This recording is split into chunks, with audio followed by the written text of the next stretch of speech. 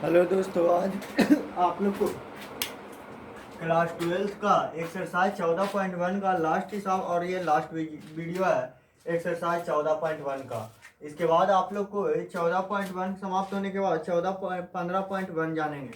लेकिन इससे पहले आप लोग जान लीजिए कि आप लोग को 10/6/2020 को आपका टेस्ट होगी। टेस्ट में आप लोग का क्वेश्चन 7 बजे AM में चला जाएगा। आप लोग इंसानियत से बना कर लेना है और इंसानियत से बनाने के बाद आप लोग का एक काम रहा कि टेस्ट देने के बाद आप लोग को शाम में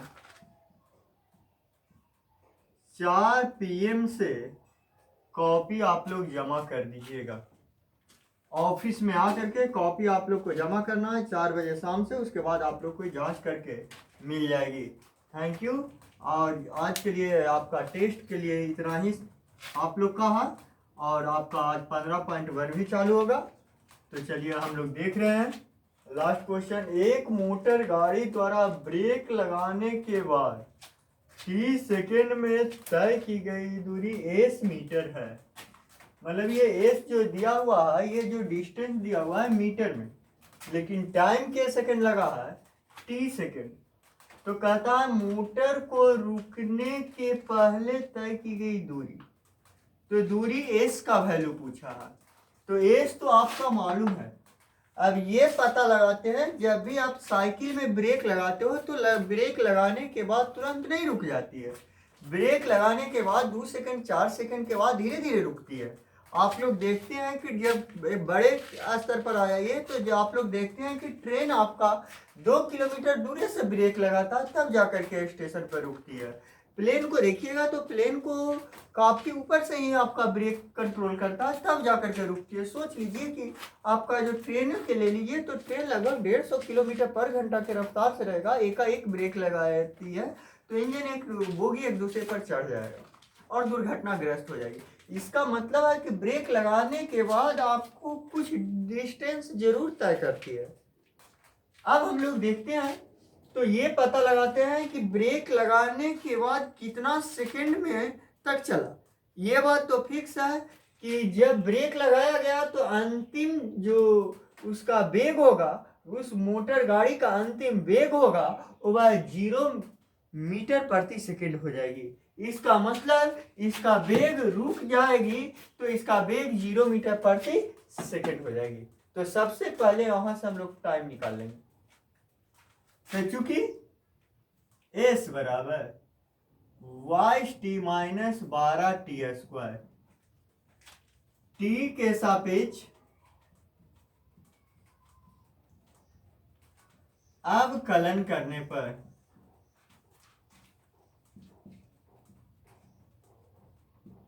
तो t के सापेक्ष अवकलन करेंगे तो ds बटा dt बराबर 22 माइनस 24t। चूंकि गाड़ी पर ब्रेक लगाया जाता है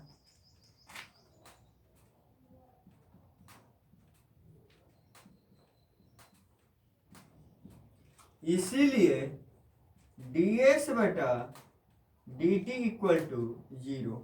तो 22 minus 24t equal to 0 minus 24t बराबर -22, माइनस से माइनस कैंसिल। तो t बराबर 22 बटा 24।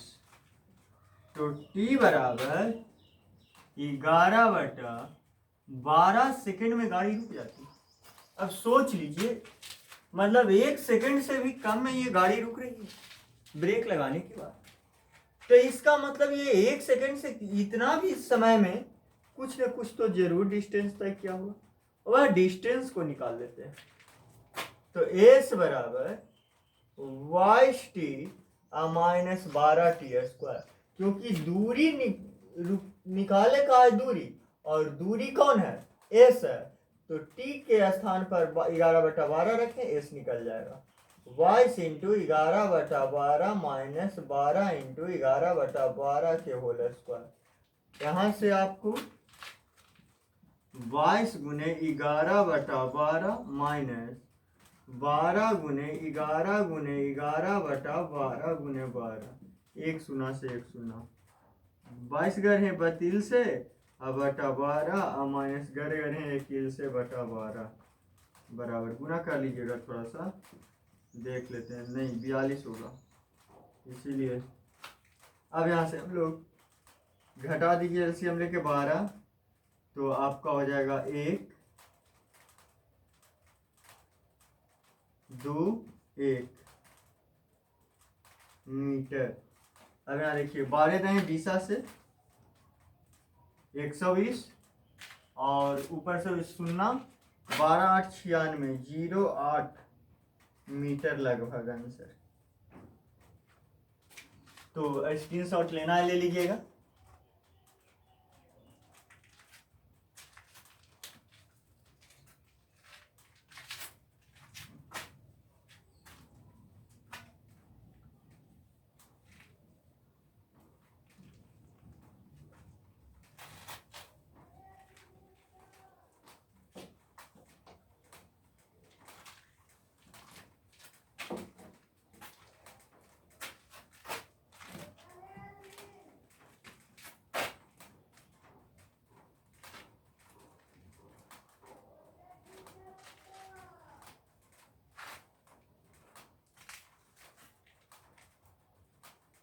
अब जो अगला टॉपिक है वो 15.1 चैप्टर है और इसका नाम चैप्टर का है वर्धमान और ह्रासमान।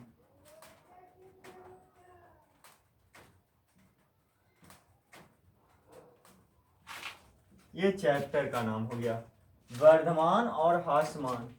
वर्धमान अंग्रेजी वर्ड है इंक्रीजिंग और डिक्रीजिंग, मतलब बढ़ते वर्धमान किसको कहेंगे और ह्रासमान किसको कहेंगे। तो देखिए फंक्शन आपको इस प्रकार से चलता है, किसी फंक्शन का आपने ग्राफ खींचे और यहां से गया यहां गया फिर ऐसे चला जाए,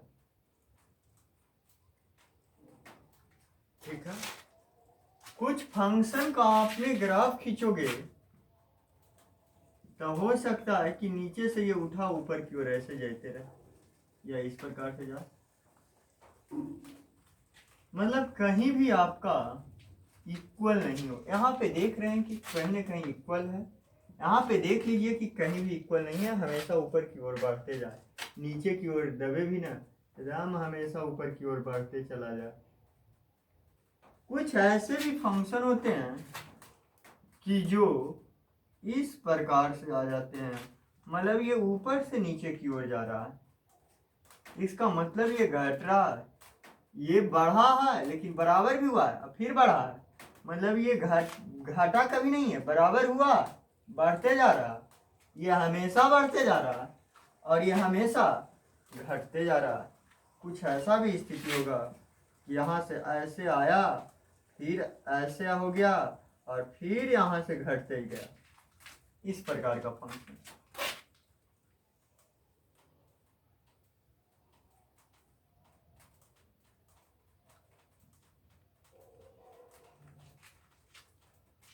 तो जो फंक्शन बढ़ा बराबर हुआ बढ़ा, इस फंक्शन को हम लोग कहते हैं वर्धमान। और अगर डायरेक्ट बढ़ा तो इस फलन का नाम होता है निरंतर वर्धमान।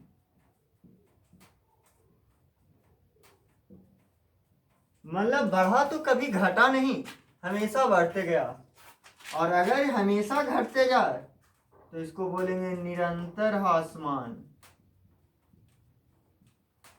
और ये घटा बराबर हुआ घटा तो इसको हम बोलेंगे निरंतर ह्रासमान। तो देखिए अब इस फलन में दो कोई बिंदु ले लें, एक बिंदु यहाँ पे x1 और एक बिंदु यहाँ पे x2। ये दोनों बिंदु, ये बात फिक्स है कि x1 लेस देन x2, या इसी को हम लोग कह सकते हैं x2 ग्रेटर देन x1। कोई कहती ना सर हम एजा परी ले एगो बिंदु एजा परी ले लिया एगो बिंदु एजा परी ले ली, तो हर हालत में x2 बड़ा होगा और x1 छोटा होगा। और यदि इसमें एक फलन में fx में वैल्यू रखा जाए, fx2 निकाला जाए और fx1 निकाला जाए, यदि fx2 greater than equal fx1 हो जाए, ग्रेटर देन हो जाए या इक्वल हो जाए, तो उस स्थिति में फलन वर्धमान कहलाता है। और यदि ये बराबर नीचे से हट जाए तो उस स्थिति में फलन निरंतर वर्धमान कहलाता है। और यदि आपको लेस देन इक्वल टू हो जाए तो उस स्थिति में फलन ह्रासमान कहलाता है। और यदि इक्वल को नीचे से वैल्यू हटा दें तो इस स्थिति को हम लोग कहते हैं निरंतर ह्रासमान फलन कहते हैं। अब आप लोग समझ गए होंगे वर्धमान फलन किसको कहेंगे, निरंतर वर्धमान किसको कहेंगे, ह्रासमान किसको कहेंगे, निरंतर ह्रासमान किसको कहेंगे। तो चलिए आप लोग वर्धमान फलन लिख करके डैश दीजिएगा, लिखिएगा कोई फलन अपने अंतराल में वर्धमान कहलाता है यदि x2 ग्रेटर देन x1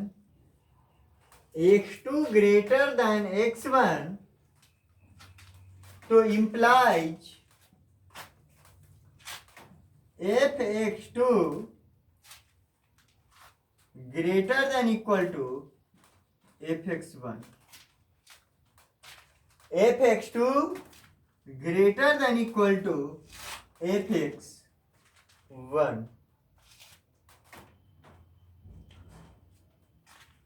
चलिए ये क्लियर हो गया।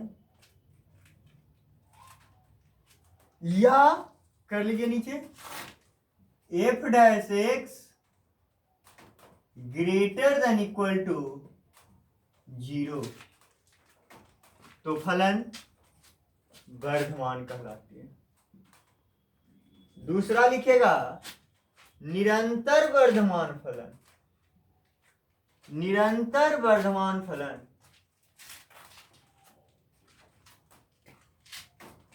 यदि कोई फलन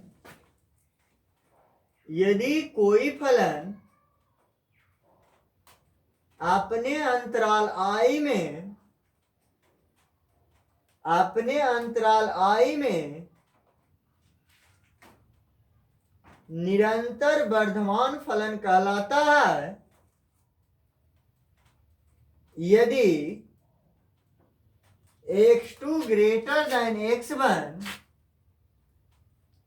implies fx2 greater than fx1, या f dash x greater then 0।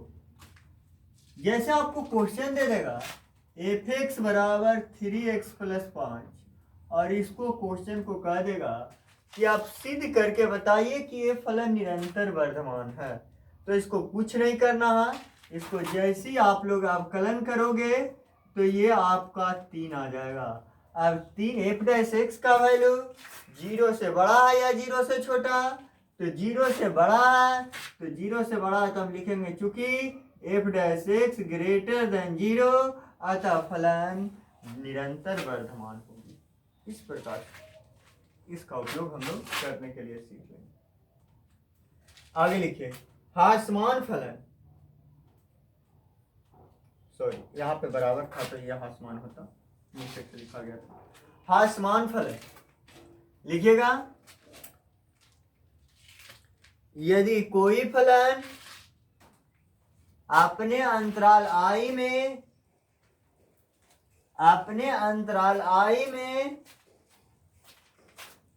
ह्रासमान कहलाता है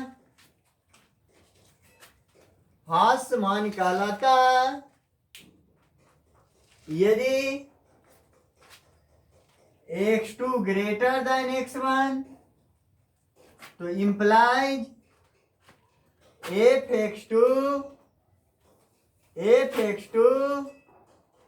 less than equal to f(x1)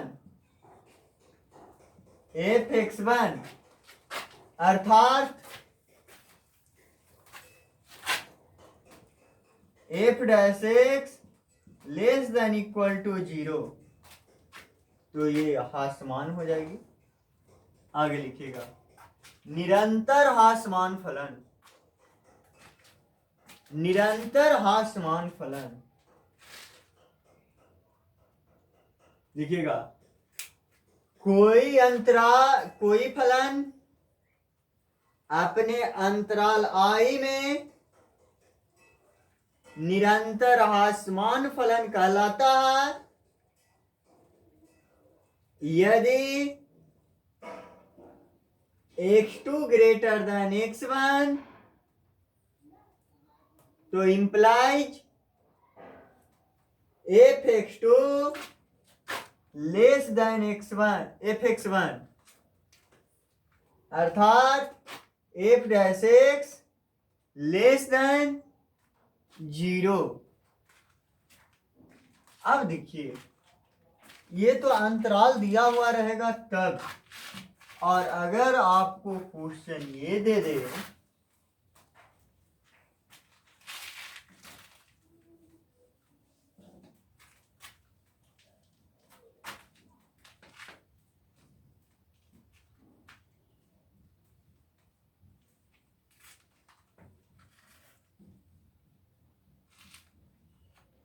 अगर आपका क्वेश्चन ये दे दे कि चूंकि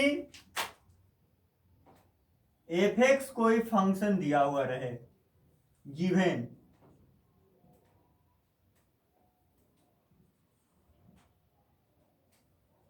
मतलब दिया रहे,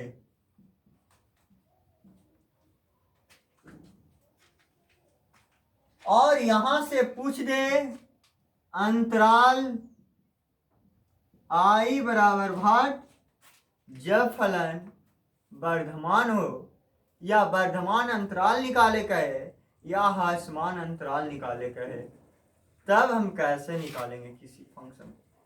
तो उसके लिए सबसे पहले आप लोग f'(x) निकाल लेंगे, तो कुछ ना कुछ वैल्यू प्राप्त हो। अब ये f'(x) को गुणनखंड तोड़ लीजिए। मान लीजिए कि इसका गुणनखंड x minus alpha, x minus beta, x minus gamma आ गई। 3 घात में रहा तो 3 टर्म आ गई। अगर 2 घात में f'(x) का वैल्यू रहता तो 2 गो आता, अगर 1 में रहता तो 1 गो आता। डरने की बात नहीं। उसके बाद लिखेंगे वर्धमान या हास्यमान अंतराल के लिए। यहां क्वेश्चन ऐसे कर देगा, इतना दिया रहेगा तो वर्धमान या हास्यमान अंतराल है तो ज्ञात करें।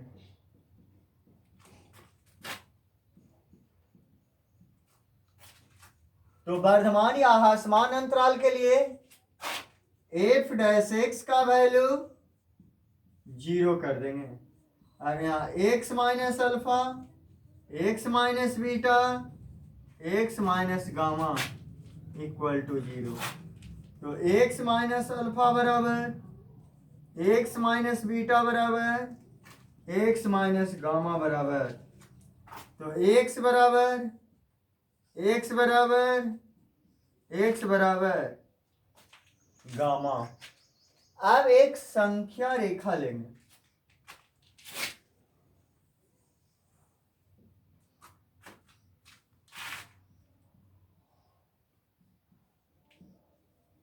या इसी को हम कहते हैं चिन्ह योजना।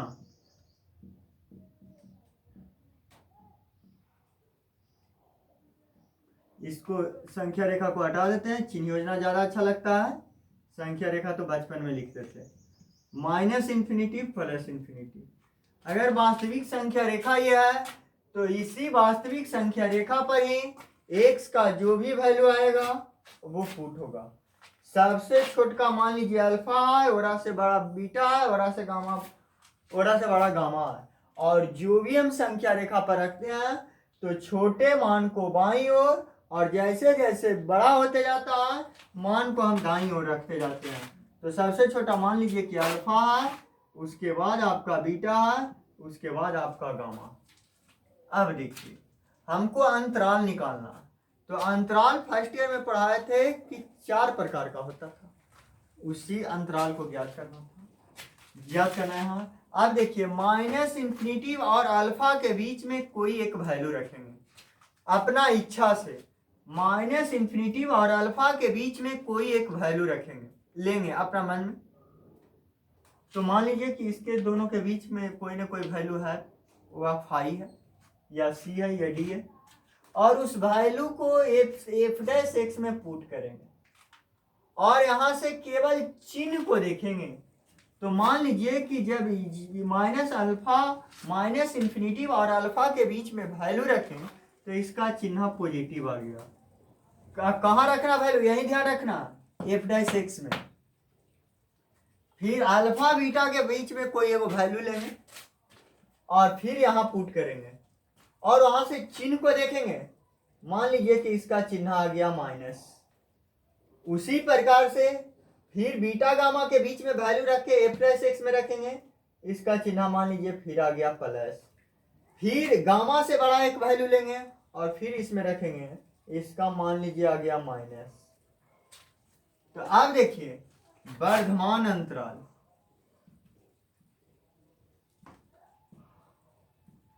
तो वर्धमान अंतराल जिन अंतरालों के बीच में पॉजिटिव चिन्ह को बतला रहा है वह वर्धमान अंतराल होगा और निगेटिव वाले असमान अंतराल होगी।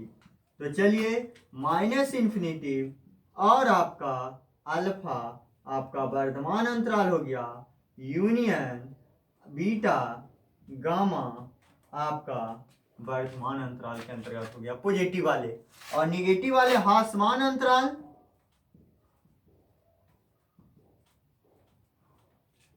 असमान अंतराल कौन कौन होंगे, alpha beta union gamma infinity. यही आपका तो आंसर हो जाएगी। तो चलिए अब एक्सरसाइज लेते हैं और एक्सरसाइज में एक दो एग्जाम्पल लेते हैं, समझ में आ जाएगा। और इस चैप्टर को आप लोग 2 दिन के अंदर समाप्त कीजिए। ये चैप्टर काफ़ी इजी है, ऐसी बात नहीं है कि काफ़ी हार्ड है, काफ़ी इजी है। इसको बनाइएगा तो कोई परेशानी नहीं होगा। हम चलिए 2 हिसाब बताएंगे, एक आपको बता देते हैं पहला का पहला, क्योंकि पहला का पहला जीवन में नहीं छोड़नी चाहिए, और एक आपका बता देते हैं पहला का 15। और आप लोग केसी सिन्हा के अनुसार आप लोग कम से कम तो तीसरा तक कंप्लीट कीजिएगा, तो हम चौथा से फिर आगे बताएंगे, नहीं तो हमारा गाड़ी पार कर जाएगी। अगर नहीं आप लोग कल पूछे तो हम फिर आपका पहुंच जाएंगे आगे टॉपिक में। हमको जल्दी जल्दी समाप्त करना है, आपको लॉकडाउन खुलने के पहले हमको सेकेंड बुक में पहुंचा देना है आप लोग को, कि खुले भी तो हमारा कोई विशेष परेशानी ना हो। और जितने भी बच्चे पढ़ रहे हैं कोचिंग के बाहर को भी, जिनको इच्छा है कि नहीं हमको सर समझाए हैं, समझ में आया है, वो भी टेस्ट दीजिए और वो भी आकर के ऑफिस में कॉपी जमा कीजिए। और खुलने के बाद जिनको लगेगा कि नहीं हम यहाँ पढ़े वो पढ़ सकते हैं, ऐसी कोई रोक टोक हमारे यहाँ नहीं होती है। चलिए अब एक्सरसाइज 15.1 में पहला का पहला जानेंगे। पहला का पहला में है एफ एक्स बराबर 10 - 6x - 2x स्क्वायर। चलिए पहला का सबसे पहले आप लोग को पहला हिसाब बता दिए। अब यहाँ देखिए इसका क्वेश्चन कह दिया वर्धमान या असमान अंतराल है तो उन्हें ज्ञात करें। यदि वर्धमान या असमान अंतराल है और उन्हें आपको ज्ञात करे कह दिया तो डरने की बात नहीं है, सबसे पहले इस फंक्शन को अवकलन करेंगे। बार बार आपको कह रहे हैं अवकलन अब यहाँ से छोड़ने वाला नहीं है। 23 एक्सरसाइज तक अवकलन को याद रखना। अभी आपका मात्र 15 में चल रहा है, मतलब 8 एक्सरसाइज अभी और है जिसमें अवकलन आपको भुलाएगा नहीं। और अवकलन समाकलन को दशहरा के पहले समाप्त कर देना है, तभी हमारा केसी सिन्हा के अनुसार फर्स्ट बुक सेकंड बुक आपको टाइम पर समाप्त होगी। लॉकडाउन रहे तो रहे, लेकिन जो मन से पढ़े हैं, प्रयास अब मेरा यही है कि दशहरा के पहले हमको फर्स्ट बुक समाप्त कर देना है, वीडियो लंबा हो तो हो। अब यहां देखिए, एक्स के सापेक्ष अवकलन करने पर, तो अवकलन करेंगे एफ डैश एक्स, ये तो 0 हो गया, 6 हो जाएगा, -4x हो गई। अब यहां देखिए, चूंकि वर्धमान या हास थोड़ा सा गुणनखंड के रूप में कर लीजिए, -2 कॉमन निकाल लीजिए, 3 + 2x न भी कीजिएगा कोई दिक्कत नहीं है। हासमान अंतराल के लिए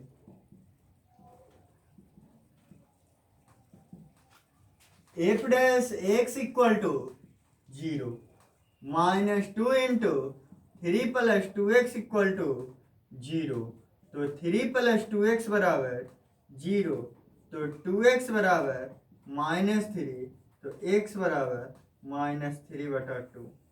चलिए x का वैल्यू आपका निकल गया। अब यहां से चिन्ह योजना लगा दीजिए।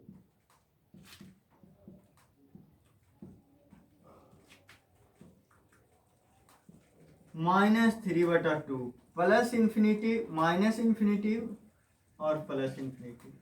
अब देखिए, -3/2 से छोटा कोई वैल्यू लीजिए, -3/2 से छोटा। अब छोटा क्या होता है? -3/2 आपको सोचना है। तो -3/2 से छोटा मतलब -1.5 से छोटा, तो -2, -2 को इसमें पुट कीजिए।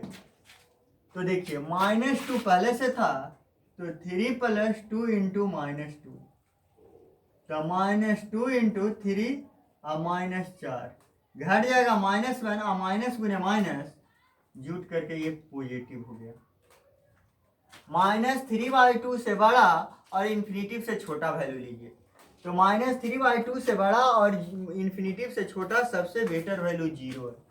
तो यदि हम यहाँ पे 0 पुट कर दें तो ये तो टोटल 0 हो गया, तो चिन्ह क्या आ जाएगा? निगेटिव। मतलब -3/2 से छोटा और -इन्फिनिटिव से बड़ा वैल्यू पुट किए यहाँ पे, तो आपका कोई भी वैल्यू पुट कर लीजिए तो इसका चिन्ह पॉजिटिव आ गया। और -3/2 से बड़ा और इन्फिनिटिव से छोटा पुट किए तो यहाँ पे मान आपको जैसे हम 0 पुट किए, क्योंकि -3/2 से बड़ा है 0, तो 0 पुट किए तो इसका चिन्ह निगेटिव आ गया। तो हो गया वर्धमान अंतराल कौन कौन हो गया?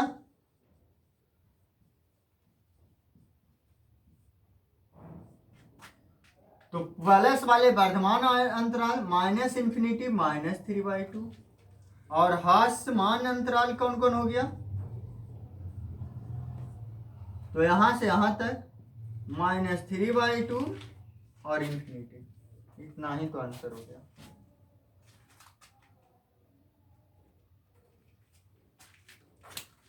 चलिए इस बात को डिलीट कर देते हैं।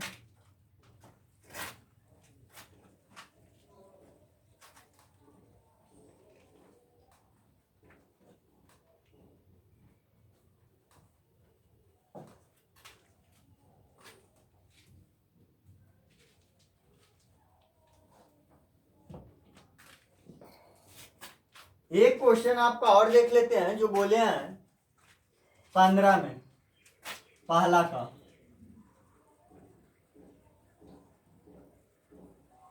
f(x) बराबर x इंटू x -2 के होल स्क्वायर। x के सापेक्ष इसको अवकलन कर लीजिए।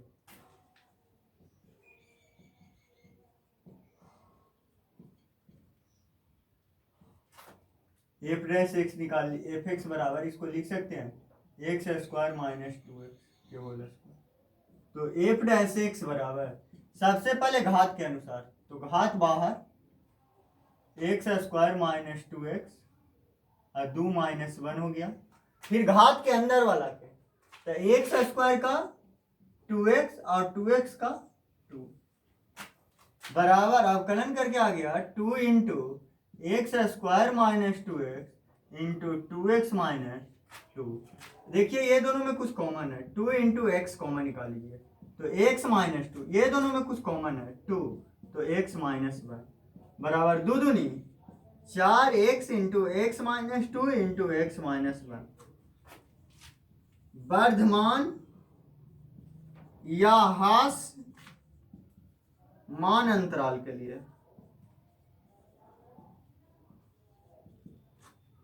F dash X equal to 0, तब 4x into X minus 2 into X minus 1 equal to 0। तो यहाँ से x बराबर 0, x बराबर 1 और x बराबर 2, 3 वैल्यू आ गया। तो 3 वैल्यू आ गया तो तीनों वैल्यू को बारी बारी से चिन्ह योजना पर रखेंगे।